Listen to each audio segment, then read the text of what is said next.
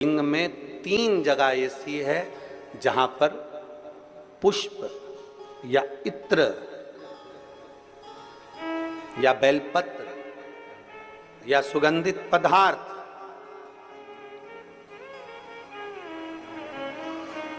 भगवान शंकर को समर्पित करा जाता है तो रोग से निवारण होता जाता है। 3 स्थान समझेंगे। ये शिवलिंग, जलाधारी, अशोक सुंदरी का स्थान मध्य में, इधर गणेश का स्थान, इधर षडानंद कार्तिकेय का स्थान। 3 स्थान हैं जहां पर बन सके।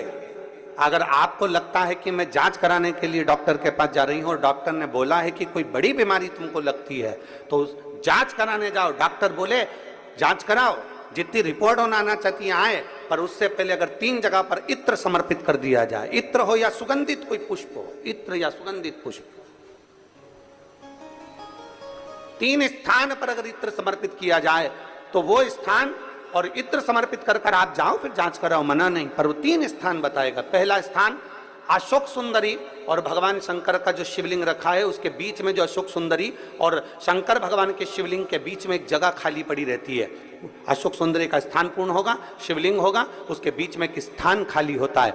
उस स्थान पर अगर जिस समय पर भगवान शंकर के जिस अशोक सुंदरी और शिवलिंग के बीच में जो स्थान है वहां पर अगर इत्र लगाया जाए, दूसरे नंबर पर शिवलिंग के ऊपर से लेकर नीचे के मध्य भाग में, जहां मध्य भाग है ये शिवलिंग, ये नीचे का भाग, और मध्य भाग में अगर इत्र लगाया जाए, और तीसरा भगवान शंकर का जो जल नीचे की ओर गिरता है, जहां जो पट्टी रहती है पानी नीचे आने की, उस पट्टी पर अगर इत्र लगाया जाए, ये 3 स्थान इत्र लगाने के होते हैं। अगर वहां लगाया जाए तो कैसा भी रोग हो आपकी जांच अच्छी ही आएगी, बेकार नहीं आ सकती।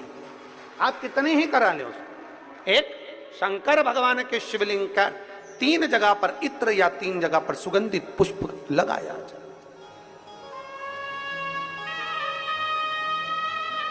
अब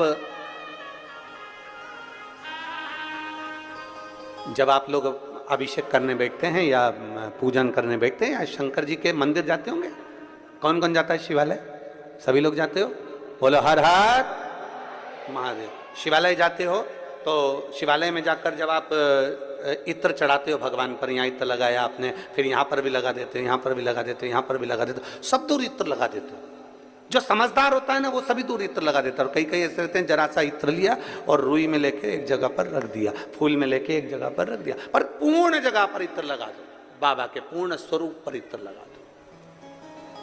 आपको नहीं मालूम अनायास, आपको नहीं मालूम कि 3 जगह कौन सी है, तो आप पूर्ण स्वरूप पर इत्र लगा दीजिए, पूर्ण स्वरूप पर।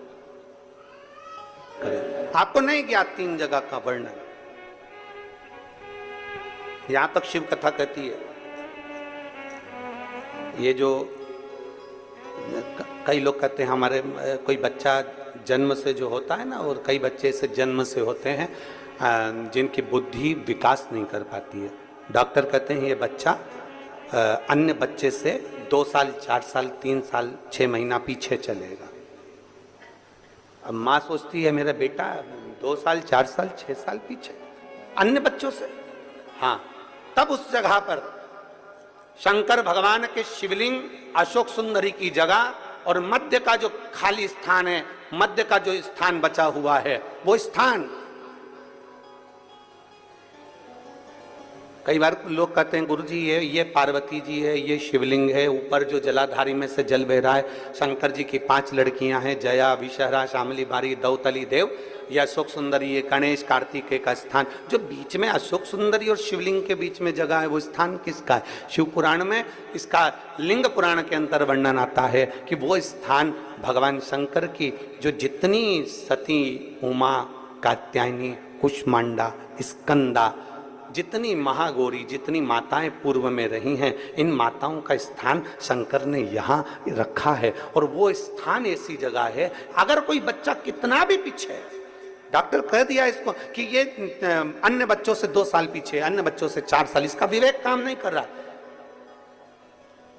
एक छोटी सी बेलपत्र, एक छोटी सी बेलपत्र, छोटी सी बेलपत्र ली थी, छोटी सी, और उस छोटी सी बेलपत्र को उस स्थान पर अशोक सुंदरी की ओर डंडी कर उस स्थान पर छोटी सी बेलपत्र को रखिए और 3 बार उसी स्थान पर जल समर्पित कर वही बेलपत्र बेटे को लाकर बच्चे को, वो खाए ना तो पीस कर कैसे भी उस बच्चे को धीरे धीरे देना चालू करिए। आप खुद अंतर देखेंगे कि 3 महीने 4 महीने में उसका विवेक में, उसकी बुद्धि में अंतर आया कि नहीं। वो स्थान की मूलता